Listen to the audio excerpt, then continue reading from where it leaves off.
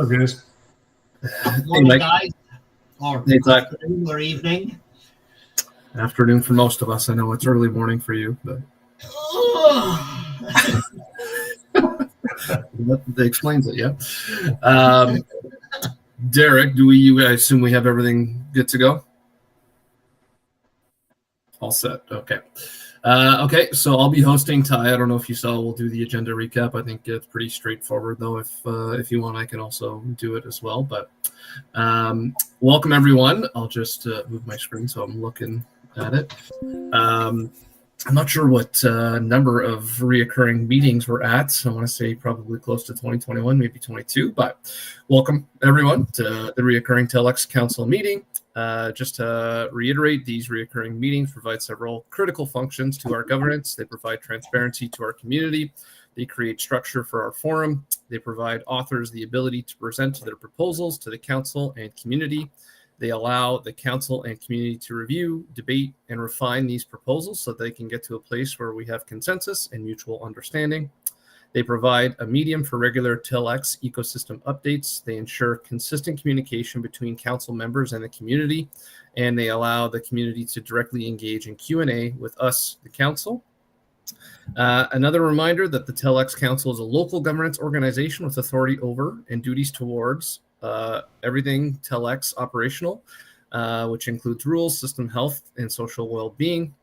The overview of our council is to accept, develop, and vote on TELx IPs, to change or introduce new elements to TELx, to alter TELx harvesting rules, and is responsible for generally representing the interests of and informing their constituency in matters pertaining to TELx. So our duties as part of the council require us to, 1, plan, finance, and coordinate implementation of improvements to the TELx ecosystem. 2, regulate the flow of TEL issuance throughout TELx to be harvested by liquidity miners. 3, introduces, alters, and enforces TELx operational rules, including harvesting, information and communication, maintenance, and construction. 4, informs miners of the activities and outcomes related to TELx and results from any snapshot votes. These snapshot votes are required for all council members, and for proposal to move forward, there needs to be a 5 of 6 majority vote, with all 6 members voting within a 5-day span from the start of that snapshot. So that concludes kind of the formality of the meeting. Ty, do you want to take over for the agenda and recap, or I can continue going? I'm good either way. Yeah, no, I've got the agenda up here, so yeah, I can give you a breather, my friend. Okay. On the agenda for this morning, or this meeting, we've got the Uniswap V4 audit updates. Marcus and or Amir, or maybe Grant, will step in on that one. Uniswap rewards update. We've got to discuss the new TELx IP that Josh put up about the redesign for the UI on TELx. The TELx Storm collaboration, and I see Geo is with us this morning. We've got quite a lot to cover. The balancer reCLAMM update, pool update, and any budget or Treasury updates regarding where we are with our funds. So that's what's on the agenda for today. Quick recap from last meeting, which was August the 6th, because we cancelled the one after that. So we're going back almost a month to what we discussed last time. We approved the launch of the V4 pools on Uniswap. We got an update from Amir.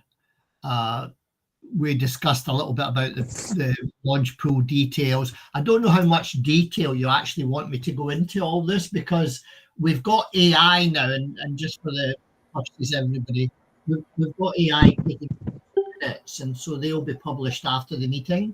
So I'm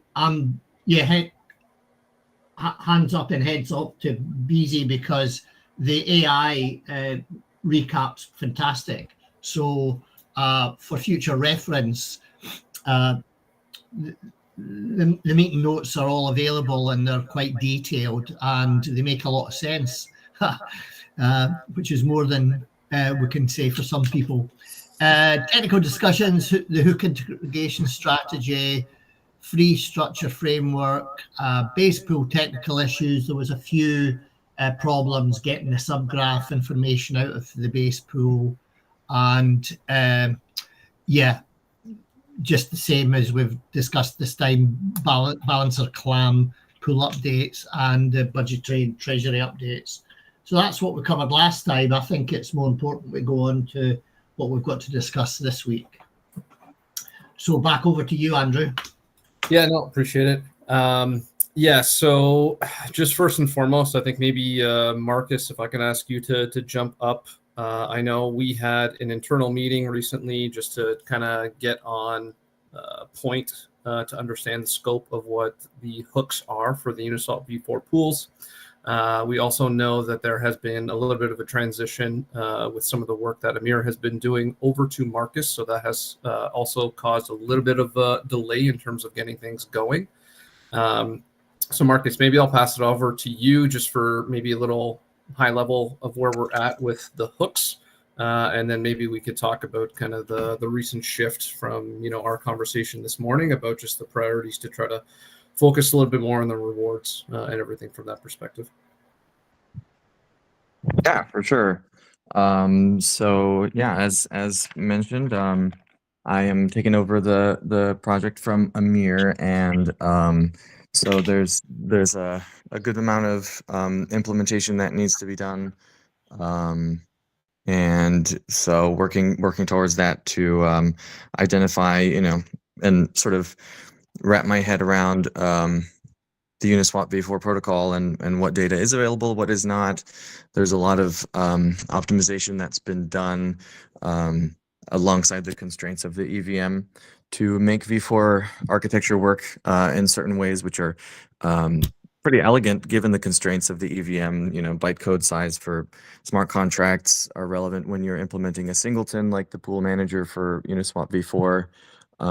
And then certain architectural differences with its sort of sister contract called the position manager, which is what keeps track of anybody's position when providing liquidity to the pool. So with those, I've spent today essentially looking at the data availability for fees, and the mechanisms that are available are a lot more sparse than even from the last Uniswap version, which was v3. And so yeah, the availability of like fee history for any given position, which is a token ID, it's an ERC 721, but the data availability of it sort of has a checkpointing system. So the only way to identify fees in a user, quote unquote, developer friendly, I'll use developer friendly way is to identify like fees that are outstanding to each position, because the checkpoint, it'll only go back to the last checkpoint at which either the LP modified their position or minted it if they've never claimed any fees or any sort of change that involved the position. So essentially what that means is what needs to be identified is two parts of data. One is the outstanding fees which are owed to the liquidity provider, which is relatively developer friendly to implement, and then the reconstructing the fees that were previously claimed for the position. That part is the part that is a larger undertaking. There's existing code, but it's not really the bulk of work, it remains in front of us. I'll put it that way. So yeah, that would be essentially the reason for the delays on the rewards aspect for the program, which has started already. And so once we've implemented that logic, specifically the ones identifying the fee history for each position, then the distribution can be made.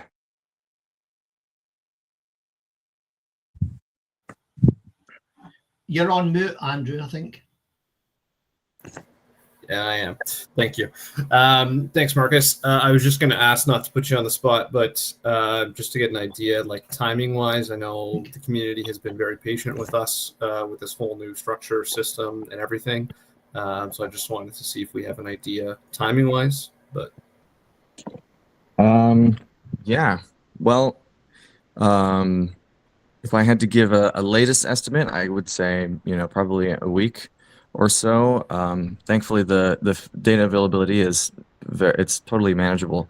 It's not trivial, but it's very manageable. I think a week is probably the timeline that I would give. It's possible that it's done earlier, but I was not aware that I would be taking on this aspect of this project really until recently, and so I'm still working to grok the protocol and find the most efficient way to actually pull this data, and so that's where my sort of uncertainty comes from. If everything were easier than I'm foreseeing, then sure, Friday would be an option, but to my understanding, I think Wednesday is the beginning of the next period anyway. Is that right? yeah, it goes essentially on the same cadence as what TNIP1 was doing. Okay, Grant told me that. So that kind of lines up with my sort of, assuming this takes longer than even I'm expecting.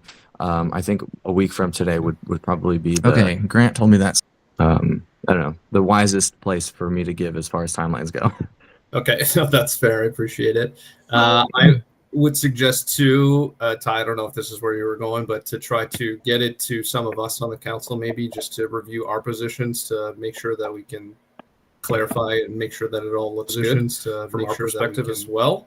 Clarify and make sure that it all looks good from our perspective as well. Something else you want to clarify and make sure that it all looks good. So just for clarity, Marcus, thanks for my explanation. So just clarifies in my thinking why the fees disappeared when you add liquidity to an existing position. That checkpoint comes into play, and therefore only fees displayed from the new position onwards is what's shown. But just for clarity, we've got the hook aspect to calculate rewards, and we've also got this off-chain script to calculate rewards in the interim. So my question is, are you focusing on the script development to get the rewards issued for the people that are participating up till now as a priority over the hook development for rewards and for the allocation for voting? So I think I can answer that too. So Marcus and I did talk this morning specifically about this, and I did ask him to kind of shift priority to focus more on the rewards, because essentially at the end of the day, again, we're into period 4 now of this new system, and we still haven't been able to distribute any rewards, right? So I think that should be the focus. We don't have any timeline, on the hook. Obviously, whenever it's ready, the sooner we can get it going, the better. But I did ask Marcus to shift priority from the hook to the rewards this morning. And again, to Marcus's point, a lot of this he's just getting into now, understanding some of the projects that Amir was working on and transitioning to him. So again, dealing with a little bit of that time delay. Let's give Marcus a little bit of grace period to kind of get familiar and up to speed with everything. Well, and I'm not dissing Marcus at all. I appreciate his input on this, and I just wanted in my own mind to be clear that when you talk about a week for rewards, it's actually a week for the scripting part of the rewards issuance, not for the implementation of the hook part of rewards. So that was just for clarity, and I hope you don't think I'm berating you, Marcus, because I'm certainly not. Oh, not at all. No. So not at all. And thanks for clarifying that. Yeah, that's correct. The script, architecturally, I don't need to dive into it too far, but there might be some a lot of merit really to have the rewards calculation be done on chain. the hook as it stands, its current implementation doesn't do that. And with the timelines being what they are, and the community deserving the rewards that for the program which has already begun, I think if I were taking this project on from the very beginning, I probably would assign more of the computational responsibility to the contract itself, the hook. Sorry. But I think, given everything right now, my priorities are what Andrew said. I want to finish the script, make sure that we can get the rewards out to the community in a timeline that they are willing to be flexible and patient with, in a week or so. And then if that means that computation has to be done on a weekly basis with an off-chain component, that I think is understandable. And that is like the timeliest way that I can deliver this. If we were to do the computation on chain, that has a lot of sort of spillover effects based off of just the contract having to be audited, the hook not incorporating that design at the moment, So, but yes, that's the clarification I wanted to give. Yeah, just one final question from me.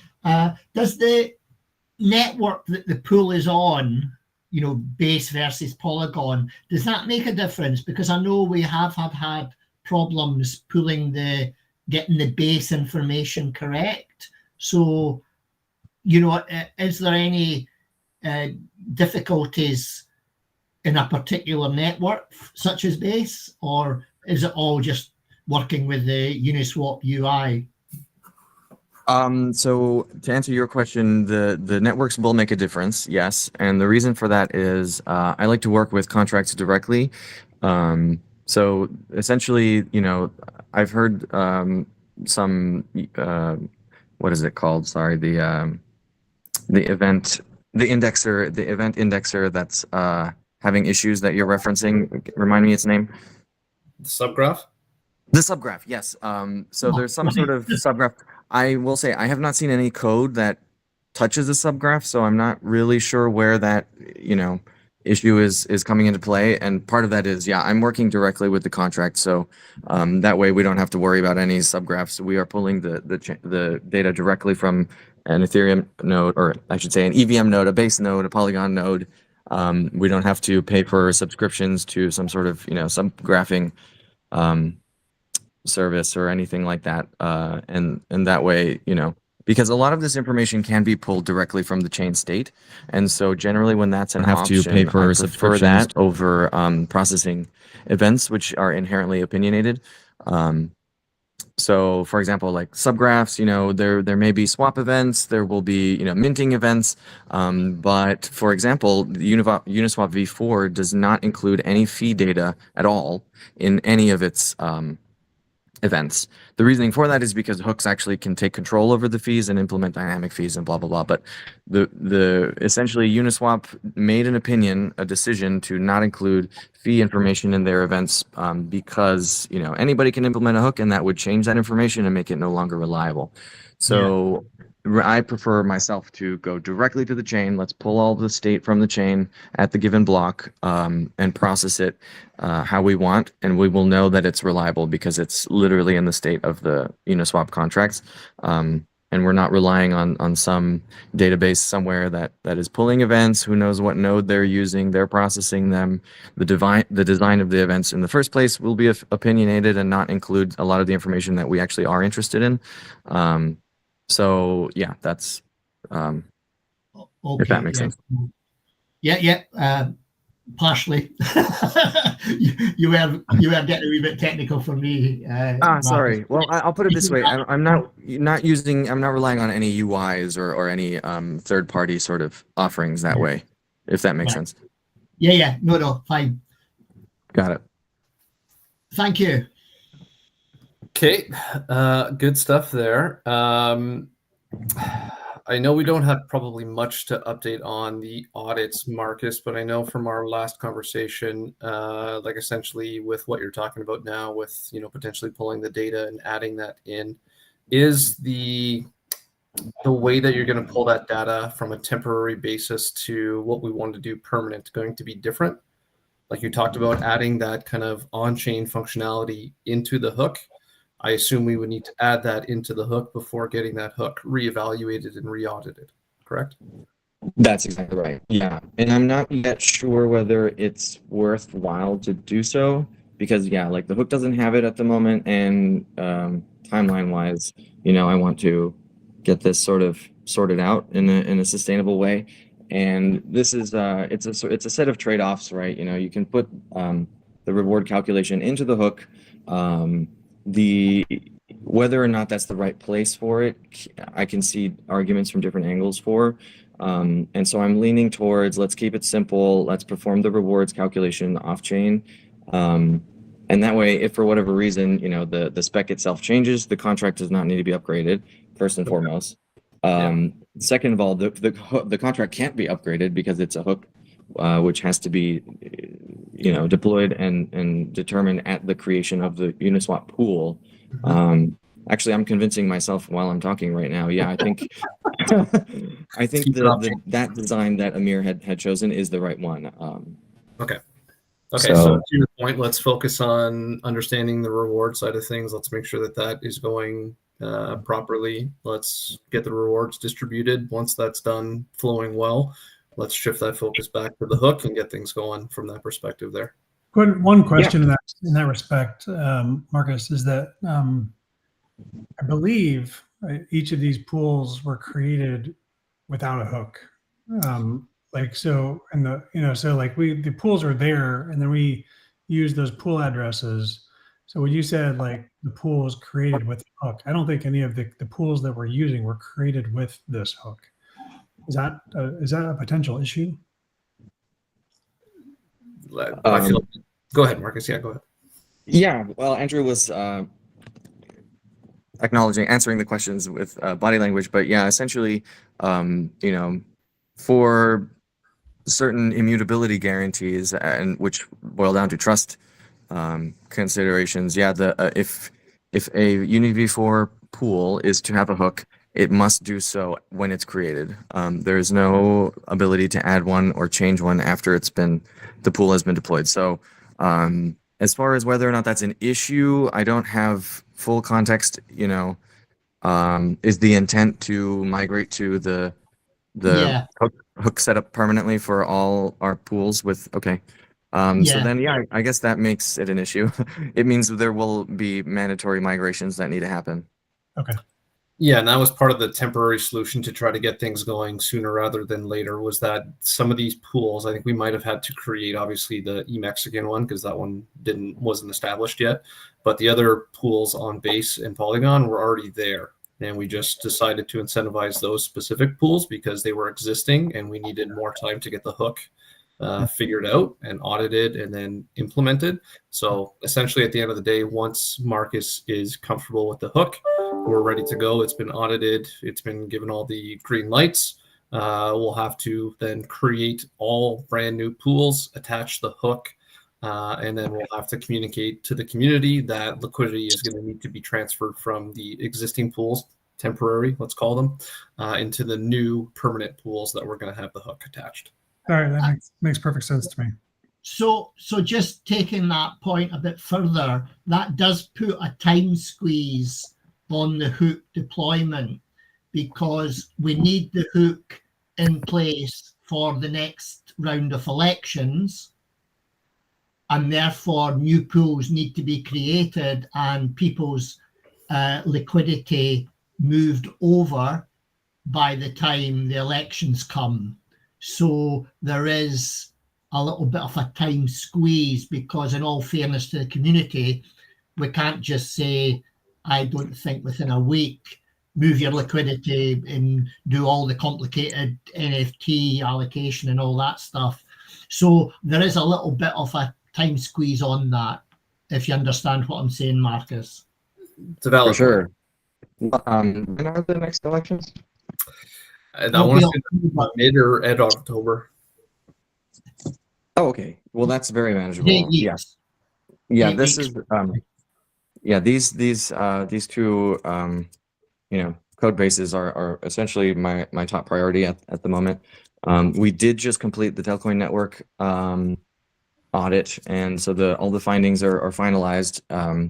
Although thankfully, so the only reason why I'm bringing this up is because there's a lot going on at the moment, but thankfully I think there weren't so many Solidity findings, and so most of my commits to make those fixes are all in at this point. I think I might have 1 or 2 left, but all that said, yeah, given the beginning of October hard deadline, that should be definitely manageable to meet.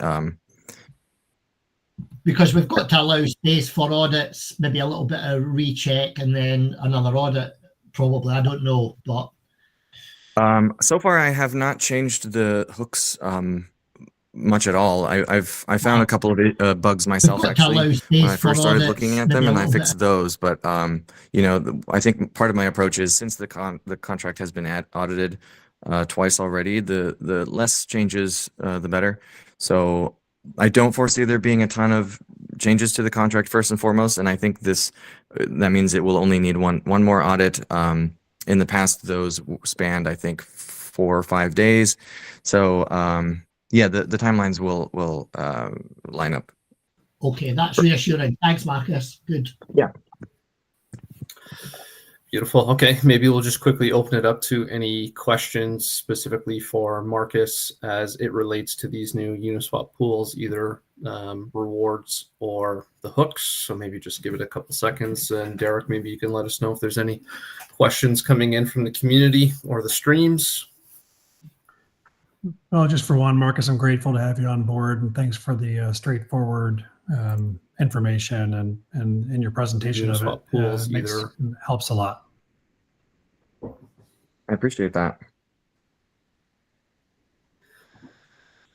Okay, well, if there are any questions, maybe we can resurface them towards the end of the meeting when we go to the Q&A. Okay, next on our agenda is a TELxIP from Josh. Obviously, this has been up for a while now. We didn't have a chance to formally talk about it at the last meeting. As Ty mentioned, it was canceled due to some conflicting schedules. So I'll open it up to the floor to the rest of the council. I assume everybody had a look at it. Again, looks beautiful. It sounds like we're kind of already in alignment on this, but I just wanted to formally have this conversation in front of the community to make sure that we're all aligned. I am officially for it. All right, thanks, Mike. Ty, any comments? Yeah, no, I mean, the whole presentation looks really clean, neat, modern. We need to pull the branding together. Yeah, no, it's in my opinion, it's a wee bit long overdue, to be honest.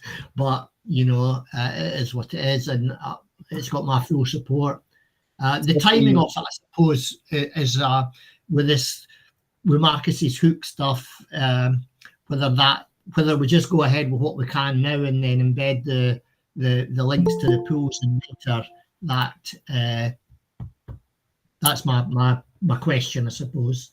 Yeah, I'm not sure how much we need to, I guess that's probably a Khalil question, and maybe we can touch base with him on that. But just looking at the proposal in terms of timing, Josh did say that it would take a front-end dev about 4 weeks to fully implement this. So timing-wise, just to give that, but in terms of, like you're saying, the interconnectivity between the Uniswap stuff and everything pulling, I think that's a Khalil question, and maybe we can touch base with him after. So it makes sense to kind of get this to unless there are any objections, get this to snapshot as soon as possible and get it approved and get moving on it. That's because the goal. Again, yeah, it would be good to have this all implemented by election time. For sure. Definitely, to your point, obviously the hooks and the voting is obviously the priority. The sooner we can get the website done, I think is good too. And that'll tie into, some of the stuff that Ramias and I have been talking about too, about education, updating the website from that perspective as well too. And we can kind of, obviously, first stage would be to update the UX UI. And then second stage is kind of, going on a prior TELxIP that I put forward with the data and analytics stuff, and then further to continue on with, higher level educational stuff as and whatnot. So, Yeah. okay, Matt, I don't know if you're available to provide your thoughts on it. Yeah, so I am here, but I had to step away from my desk. These times are not working for me right now, but they will in the future. No, no comments. I'm with Mike and others. I support it, and I think it's to Ty's point, long overdue. And Josh does a phenomenal job in almost everything he touches. So let's get moving. I can relate to that, as he did help us kind of put everything together for the TELx community website that we had a while back. But so I can definitely relate to that. Tim, I know you've kind of hopped in and out. Are you available? There you are. Yeah, sure. No, I'm fine. I keep getting timed out on this new thing, but anyway, no objections from me. Everything's cool. I'm just super excited to get on with it, really. So let's go. Okay, and I know Will's not here, but I think he said he was good to go with everything as well too. So I could take it on myself to get this going to Snapshot after the meeting, and we can get things going and hopefully finalized within the week, the 5 days, and then give it to the Compliance Council just to review. Not expecting any concerns from their perspective, but okay. And just to reiterate costing, if anybody hasn't looked at the forum post, it is about $7,200 US. Okay, so I'll just make sure to add that in there, and compliance is saying that all should be good. Okay, thanks, Dave. That's about $1.5 million TEL. Depending on what pricing. Yeah. But yeah, make sure to add. Okay.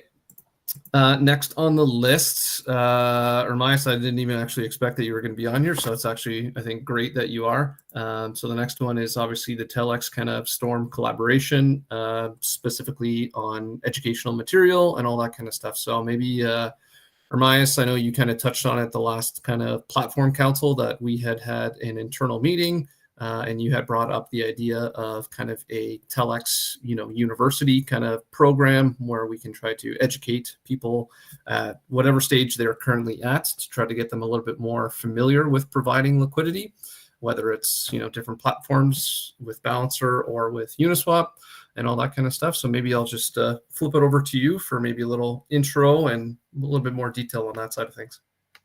Yeah, sure. Thanks, Andrew. And yeah, great to be here with you guys. I just wanted to pop in, make the intro and make the connection. As Andrew mentioned, we had an initial conversation just to begin discussing what a TELx university could look like.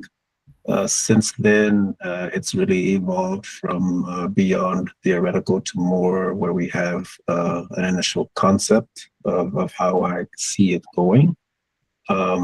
And really, this is going to be something that over time, everybody will realize that it could be one of the biggest acquisition channels for us in terms of how we get liquidity providers. We're talking about a course module that goes and rolls out across different phases, from the more advanced kind of developer track where we're attracting builders that want to, not only provide liquidity, but deploy smart contracts and whatever, on that level. That's not the level that I would be on if I was a student of the university. And that rolling all the way down to the very beginning, where you're just learning the foundational track of, what it means to provide liquidity. The difference in this university is that we're doing more than just attracting liquidity providers that are just chasing APYs, right? We're not trying to get into a race where you have liquidity providers that are just bouncing from ecosystem to ecosystem, trying to get the biggest return. It's more trying to develop ambassadors that are sticky to the TELx ecosystem. And it's quite robust. It's going to be an online module where they can work through these different phases. There will be incentives as they graduate from NFT badges to reward boosts, and we can discuss all of the details. I really got it to the point to, I think after one or two more touch points with Andrew, I would say an optimistic goal of by the time we have our next meeting in 2 weeks, we can present it here just to get everybody's feedback on it. and then really just start building it out. We'll have the curriculum for it, the incentives, the rewards, what the kind of, the why, the what, and the how. And my objective is within the modules of the TELx University, at every touch points, we're going to have integrations with what we do across the ecosystem, whether that's aligning with partnerships, to them being able to host certain sections of the curriculum, using that to turn it into an acquisition channel for the ecosystem as well. So I'm quite excited about it. Even before it was formulated, I said that education was one of the points that I really wanted to focus on. And yeah, it's really turning out to be something that I'm looking forward to bring into life. So looking forward to connecting with Andrew again a couple more times, coming back to all of you at the next meeting, and then we all kind of, flesh the details out together and bring it to life. Awesome. Thanks, Remice. Appreciate that.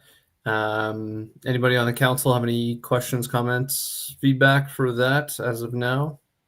Yeah, just to say that I know you, Andrew, take a lot on your shoulders, mate. I'm happy to participate with Storm as well.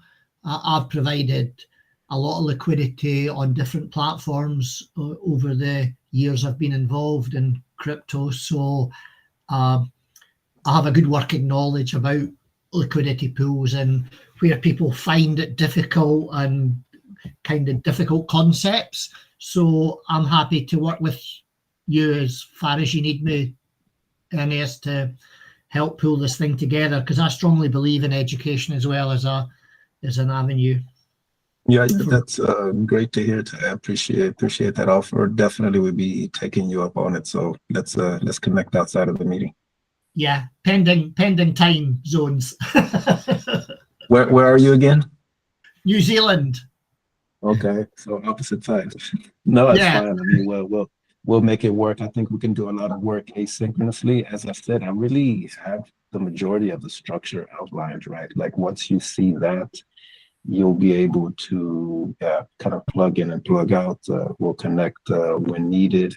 And I want to just make it open for everybody, kind of plug in on this council to just dive in with full access to comment on it. Tear it down, pressure test the idea, validate some of the assumptions that I've made. So I think we can evolve quite fast. Let's see.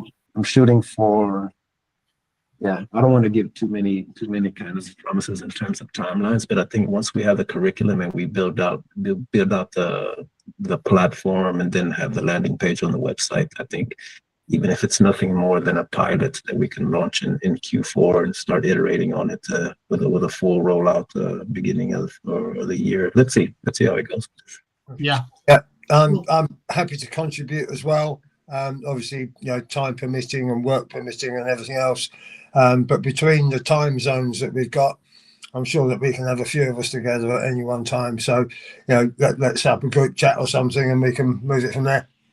Yeah, I really appreciate it. Like with some of the other motions that I'm doing across the platform, what I'm doing is essentially building a team. It's kind of like a team of soldiers that are kind of leading the front on some of the things that we're doing. So it's obvious now we got Tim, we got Ty, and anybody else that wants to reach out to me, please feel free to do so. And again, I'll make it transparent to everybody. So you'll see which segments you want to get in on. And even if it's just more than just a comment, just a course correction or any ideas that it would be appreciated.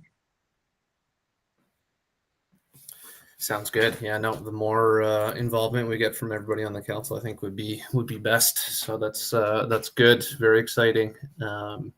Okay. We can move on to the next one. This will be a very quick one. Just on the balancer reCLAMM pools. I was kind of looking into it a little bit more. We did find out that Polygon is not open as of right now in terms of a chain where you can put these CLAMM pools on. So my plan is over the next week is to try to get a meeting or get in touch with somebody at Balancer to get an understanding of what the plan is and what the goal is for Polygon, so that we can kind of continue to have that on the forefront for us. I think for me, again, just looking back at what those pools are, they're just essentially readjusting and taking that full liquidity. So it's similar to the Balancer V2 pools now, where it's kind of like an 80-20 split, but incorporates some of the stuff with Uniswap V hooks. But the big difference is on the reCLAMM pools is where everybody is essentially in the same hook, and it adjusts as the token value between the two differentiate, right? So it provides a lot tighter liquidity, which should help expand that in essence, which should reduce slippage rates and all that kind of stuff, and make it a little bit more efficient for the ecosystem in total. So my thoughts on this would be that if and when things open up to Polygon, is we kind of just take the existing pools that we have now, the TELETH, wrap BTC, and USDC pool, and just flip them from V2 to V3. But again, we don't need to discuss that any further until Polygon is an actual option. But does anybody have any questions, comments on that before we move to the next one, which again will be another quick comment, but going once, going twice. Okay. Next on the agenda, we have budget and treasury updates. So we did connect with Grant as well, just to get some insights into the payments of the first 2 audits. So we do have that information. I'm going to try to put everything together in a little bit more of an accounting perspective from our budget. And again, starting point each month, we have, those 30-day rewards that are being pulled out from there. And then obviously we need to associate the cost of the audits and everything as well. So I'll work on putting at least a little bit more of a bookkeeping, let's call it, from an accounting perspective on our budget, so it's a little bit more transparent within the community. Okay. Does anybody have any questions, comments on that? Good stuff. Okay. Ty, you good? No, no, I was just saying cool, but I had my mic off. So yeah, cool. Sounds good. Okay, last is open community Q&A. So this is for anyone and everyone to bring up anything and everything. If you have any questions, we're here to help answer if we can, and if not, we can take those action items back and follow up on the next call. Can I just get one point of clarity, just to reiterate, really, when we're talking about the existing pools that we're talking about the rewards for, the temporary scenario, what we're saying is that both the claimed fees and the fees yet to be claimed are eligible for rewards. So I know we were talking about 2 different things there, but basically it's all of the fees, both claimed and still to be claimed, will contribute to the calculations. Correct. If you want to look at it this way, maybe using this terminology, any fees earned within the period will be eligible for rewards. Right. Okay. Irrelevant whether they're claimed or not. Exactly. Yeah. Again, if you want to get into a cadence of claiming once a month, once a week, once a quarter, once a year, that's on you.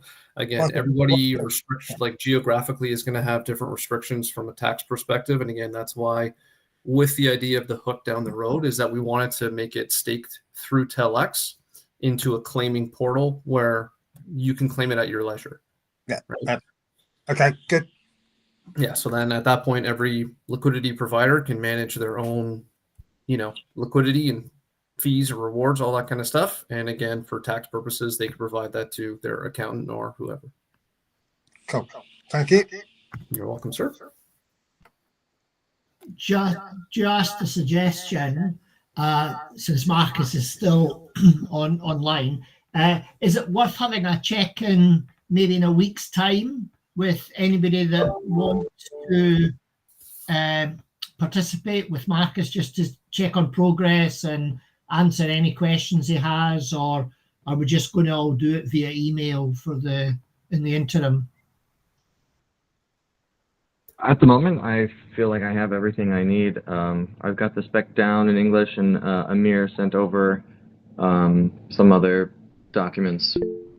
So I feel like I have everything I need. But yeah, if I come up with any questions, my plan is probably to write you guys async.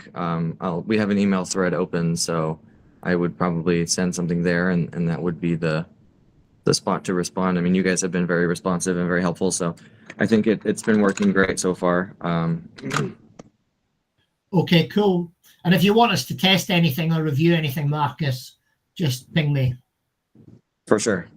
Yeah, I would say if anything, like an in-person meeting like this, internally, I would say, is once we know that we can pull the data and all that kind of stuff, what it looks like in Excel or Google Docs, to maybe get on a team call and go through that to make sure that we're all aligned on what's being displayed, how it's being displayed, what's being, calculated and all that kind of stuff, just to make sure we're all aware of any questions do come up.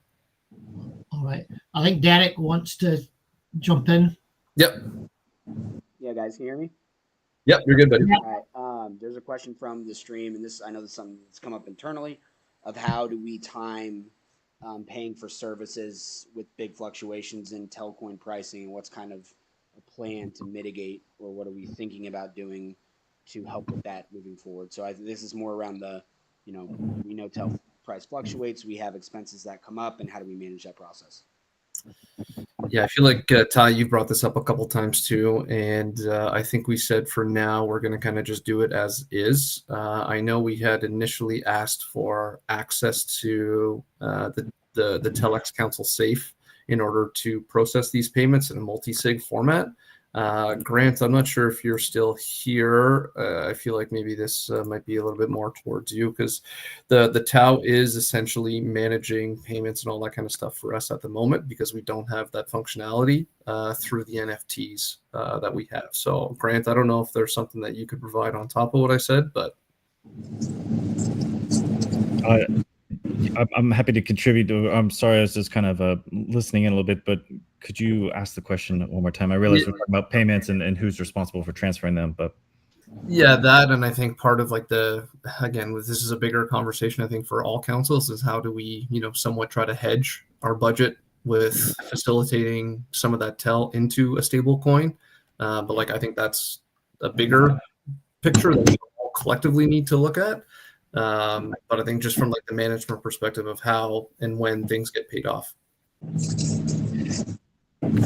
yes, that is very much still something that is, it's as you can imagine, it's pretty complicated. So I don't have like I don't think there's a great solution in place per se. It's something that's still being like actively thought through. I'm aware of a few other strategies that are being strongly considered. And I think ultimately one of the biggest solution for us will be kind of when the bank is launched. But in the short term, we're kind of in this middle ground until the bank is launched, where it is just kind of complicated. Once the bank is here, we'll have we have a good solution, I believe. But until then, this is something that I'd be happy to discuss more, maybe outside the scope of this call. But but basically tracking these ledgers, I know sometimes there's something else that we've discussed with Storm as possibly, kind of helping us with some of that bookkeeping from the association perspective as well. And of course, everything is on chain and easily auditable. But I think getting that organized in a way that is long-term sets us up for success is still something that could be improved. Perfect. Thank you very much, Grant. Appreciate that. Okay. Aries just posted something about some help for Marcus on DeFi Llama on the in-call messages. So if Marcus can just have a wee read of that might help. Well, we can get Ari connected to Marcus too if needed. Thanks, Ari. As always, yes. Thank you, Ari. Yeah, thank you, Ari. Okay. Do we have any other questions, comments, feedback?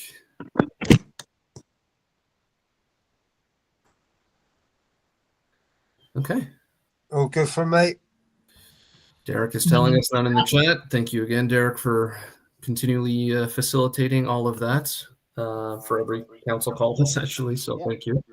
One note too, I'm gonna work on doing for you guys so that you have essentially a web browser that you can open that will aggregate and display all the different social outlets and any questions or chats coming through on those social outlets, so you can follow along easily. You don't have to wait like for me to see a question or whatever else. So, not to offload or anything like that, just to give you visibility. So I'm working on that. Hopefully I'll have something next week. Amazing. Awesome. Great job. Good stuff. All right. Well, thanks everyone. Appreciate everybody's time. We'll catch up in a couple of weeks, I guess. Thanks, guys. Have a good one. Thank you. Bye, everybody. Cheers, guys. Bye. Thanks, everyone. Bye.